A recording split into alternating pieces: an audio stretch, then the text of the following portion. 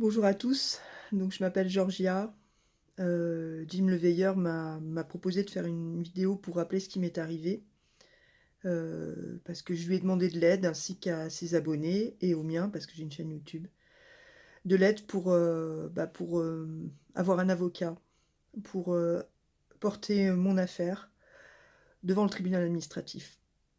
Quelle affaire? Je vais essayer de le résumer rapidement. Je travaillais dans un tribunal. J'étais le chef de cabinet d'un président de tribunal, dans le sud de la France. Et du jour au lendemain, alors que je travaillais très très bien, je venais de lui organiser son premier festival du film judiciaire, je venais de le faire passer à la télé pour la première fois, enfin tout se passait très bien. Il n'y avait aucun signe, rien du tout. Du jour au lendemain, la semaine après l'élection de Macron, il m'a retiré absolument tout. Toutes mes missions, l'accès à mes outils de travail, la messagerie de la boîte présidentielle, l'agenda, tout, hein. Quand on fait, la communication, les relations publiques, c'est très embêtant. Et puis il a commencé à m'interdire l'accès aux réunions, de travail, où tous mes autres collègues allaient.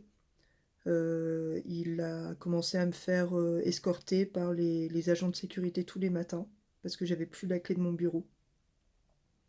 Toutes sortes d'humiliations, de brimades, sans m'expliquer pourquoi. Sans m'expliquer pourquoi. Moi j'ai ma petite idée, voilà, j'ai ma petite idée. C'est vrai que quand on a accès, à l'agenda, à la messagerie, on peut voir passer certaines choses. Effectivement, j'avais vu passer certaines choses et je pense que j'aurais pas dû voir et il me l'a fait payer peut-être, je sais pas.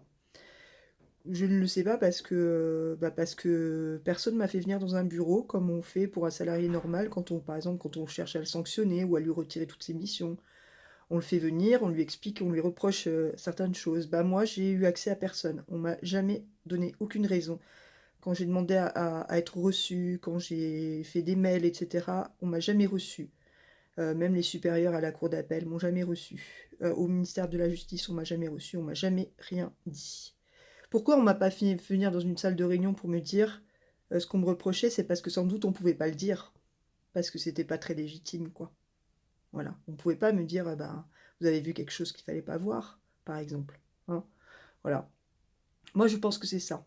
J'en suis intimement persuadée parce que je me suis souvenue de certaines choses quand même, hein. Voilà. Donc voilà. Je pense que c'est ça, moi.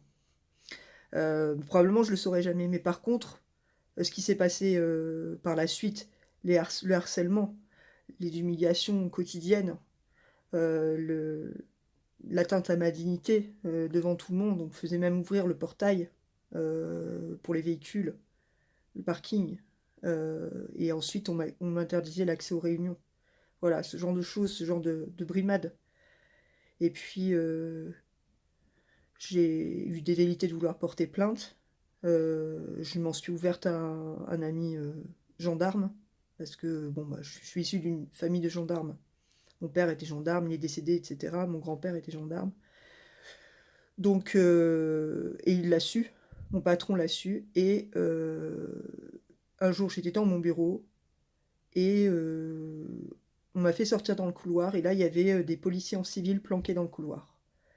Et on m'a fait sortir manu militari de mon bureau, de mon lieu de travail, avec violence et j'ai été, en fait, jetée dehors. J'étais en détresse et c'est là encore un gendarme, un commandant de compagnie qui est venu me récupérer, j'étais par terre, hein. Voilà. Hem, En détresse totale. Le gendarme qui a pris ma plainte, parce que bien sûr j'ai porté plainte pour harcèlement, pour violence, pour tout. Le gendarme, a été super. Il a tout pris. J'avais, les preuves de tout ce qu'il m'avait fait, donc c'est rare d'avoir les preuves je les avais emmenées avec moi, voilà, parce que quelque part j'avais dû sentir venir le coup. Heu et il m'a dit, «Moi je vous crois, moi je suis même prêt à aller faire une perquisition chez ces gens-là, mais ils me laisseront pas faire et surtout l'affaire elle va être enterrée». Il me l'avait carrément dit et ça a pas mis une semaine, hein. Ça a été classé sans suite. Non seulement ça a été classé sans suite, mais ça a même pas été dépaysé. C'est-à-dire que C'est les gens de là-bas qui se sont classés sans suite eux-mêmes. Voilà, voilà. Ils se sont classés au lieu de dépayser l'affaire, alors qu'ils étaient mis en cause eux-mêmes dans la plainte, ils se sont classés sans suite eux-mêmes. Vous voyez un petit peu le scandale et depuis, je cherche à avoir justice.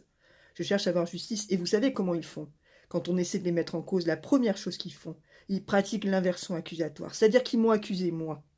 C'est-à-dire qu'ils m'ont fait sanctionner. C'est-à-dire qu'ils sont même allés au pénal contre moi, en diffamation, parce que bien entendu, quand j'ai vu que j'aurais jamais justice et que c'était classé sans suite comme ça d'office, je l'ai raconté, mon histoire. Je l'ai raconté et ça leur a pas plu. Alors ils ont essayé de me faire condamner, etc. J'ai eu un excellent avocat, Maître Olivier Fauré à Lyon, mais le souci c'est que il pouvait pas aller devant le tribunal administratif. Et moi, si je veux avoir justice, je suis obligée d'aller devant le tribunal administratif. Et il me faut un avocat pour aller devant le tribunal administratif. Un avocat différent. J'en avais trouvé un et ça s'est très mal passé. Je vais passer les détails. Ça s'est très très mal passé. Il n'a pas du tout fait ce que j'attendais de lui. Il y avait tout un tas de faits de harcèlement, mais en pagaille. Je vous ai passé que 5% de ce qui m'est arrivé. Il en avait sabré les 3/4. Alors on sait que pour démontrer un harcèlement, il faut des tonnes de faits de harcèlement. Faut rien oublier. Il en avait sabré les 3/4. Il m'a fait perdre 2 ans par une erreur juridique. Enfin bon, j'ai perdu beaucoup de temps. J'ai perdu de l'argent, même si l'assurance juridique avait payé. Mais quand même, on est toujours obligé de donner un complément. Vous le savez très bien.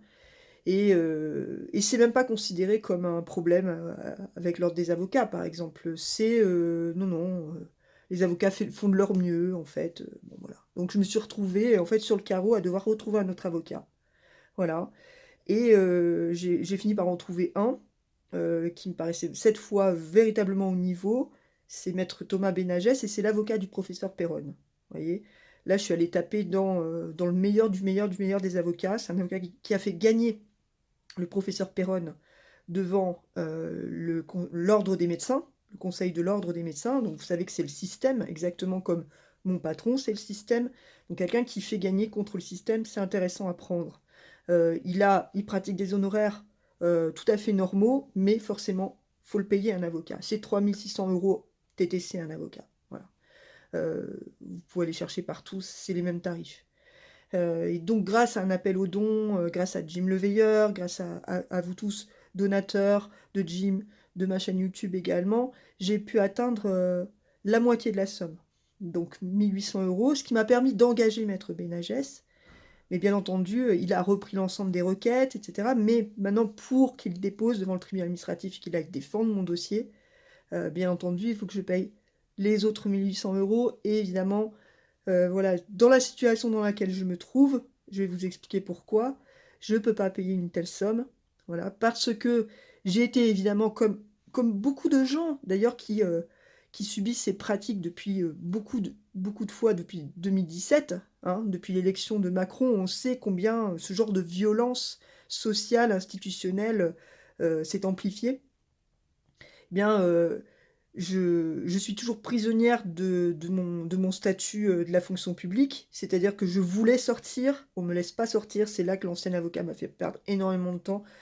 Euh, je suis toujours pas sortie, donc je suis toujours considérée en arrêt maladie statutairement, même si j'ai épuisé mes droits, je suis toujours statutairement en arrêt maladie, ça veut dire que j'ai pas le droit de suivre de formation, j'ai pas le droit d'avoir un autre poste. J'ai pas le droit de travailler dans le privé. Je suis interdite de travailler. Les gens comprennent pas, mais c'est ça le système de la fonction publique. Vous êtes tenu par un statut et vous faites ce qu'on vous dit de faire. Voilà. Et même en prenant un avocat, vous voyez, ça n'a pas fonctionné. Il me faut un autre avocat. Il me faut un avocat meilleur pour qu'il me sorte de cette situation et que je puisse enfin retrouver une vie normale parce qu'ils ont tout détruit. Ils ont détruit toute ma vie. Je vous le dis, ils m'ont détruit toute ma vie. Voilà. J'ai même dû quitter le sud de la France parce que je recevais des menaces. De qui, je ne sais pas. Mais je recevais des menaces. Des menaces extrêmement graves. Voilà. Je recevais des menaces. Je me sentais pas en sécurité. Je tombais en dépression là-bas à cause de ce qu'ils m'avaient fait, etc. quitté le sud de la France, j'ai quitté mon compagnon, j'ai quitté toute ma vie privée, etc. Et on voit bien aussi qu'ils ont détruit ma carrière. Ils ont détruit ma carrière aussi. Donc en fait, ils ont tout détruit. Voilà. Je n'ai plus rien. Et quand on n'a plus rien, on n'a plus rien à perdre non plus. Voilà. Ils ont fait de moi une lanceuse d'alerte. Voilà. Parce qu'après moi, je me suis pas, comment dire, repliée sur moi-même. J'ai pas commencé à me plaindre, etc. Non. J'ai expliqué ce qui m'était arrivé et je me dis, je vais me servir de ce qui m'est arrivé pour aider les autres. Et j'ai aidé nombre de personnes harcelées. En les orientant, je suis juriste, en leur faisant de l'orientation juridique, en leur trouvant des avocats. Ensuite, j'ai aidé les gilets jaunes, un maximum. Je suis connue pour ça. Vous allez sur Grok, l'intelligence artificielle de X, de Twitter, tapez mon nom, vous verrez mes faits d'armes. C'était en aidant les gilets jaunes pardon, que je me suis fait connaître le plus. Voilà. Donc vraiment, c'est en aidant les autres que moi je m'en suis sortie, psychologiquement notamment. Voilà. J'ai tenu le coup comme ça, malgré le nombre d'ennuis qu'ils m'ont fait par la suite, parce que je vous dis, inversion accusatoire, ils m'ont fait accuser moi, quoi. Mais maintenant c'est mon tour. Maintenant c'est mon tour. Et je suis proche d'y arriver. Je ne sais pas si je vais gagner, mais ce que je vais faire, et ça assurément, tout ce qu'ils m'ont fait, je vais le porter devant le tribunal, avec le meilleur avocat possible, si vous m'y aidez. Parce que pour une fois, bah peut-être qu'il y a un lanceur d'alerte qui va réussir, peut-être, à leur faire rendre des comptes à ces gens-là, à cette violence-là institutionnelle. On va peut-être réussir ensemble à leur faire rendre des comptes. C'est au nom de moi-même, de ma propre dignité de victime, parce que je suis la victime depuis le départ, voilà, mais aussi au nom de tous ceux qui vivent ça. Il faut qu'il y ait quelqu'un qui arrive à leur faire rendre des comptes. Ça nous fera du bien à tout le monde. Et je suis à 1800 euros proche de leur faire rendre des comptes. Voilà. Donc, je vous demande de m'aider encore, s'il vous plaît. Je vous demande de me permettre d'aller au bout de cette affaire, de porter cette affaire, qu'on prenne le meilleur avocat qui soit possible d'avoir, voilà, le même que le professeur Perron, soyons-en fiers, voilà, moi je suis fière de partager le même avocat que le professeur Perron, voilà, eh bien, me laisser et me donner la chance d'y aller, grâce à vos dons, je, voilà, moi j'en ai besoin, j'ai besoin d'aller au bout parce que ils ont détruit ma vie, parce qu'ils ont détruit la vie de nombre de personnes, ils sont toujours en train de le faire. Ce système-là, ce système-là. Alors, est-ce que je gagnerai ou pas?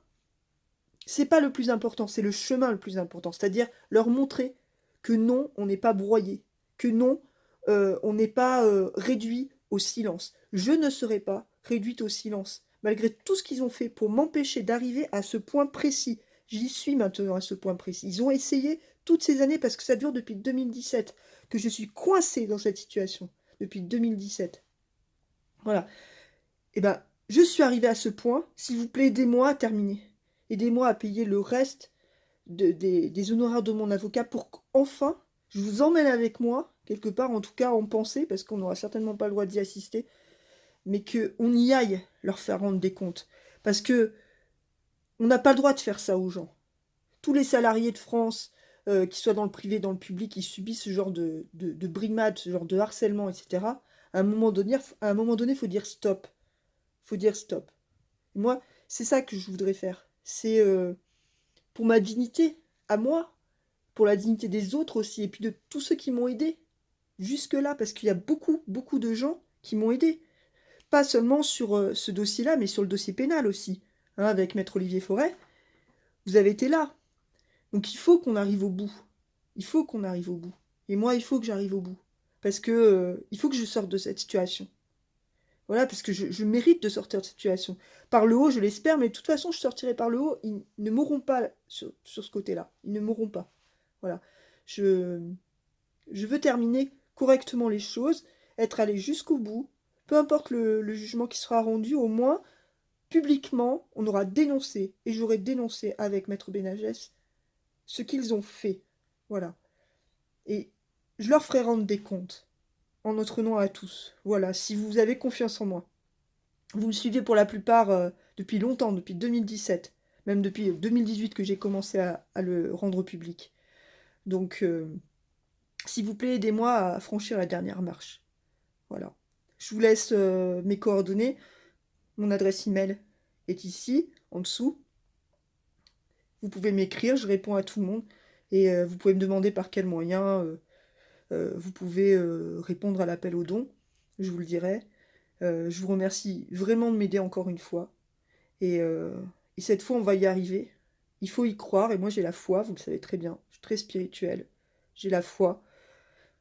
Il faut qu'on y arrive parce qu'il faut qu'à un moment donné, ils rendent des comptes. C'est tout ce que je veux, c'est qu'ils rendent des comptes. Merci.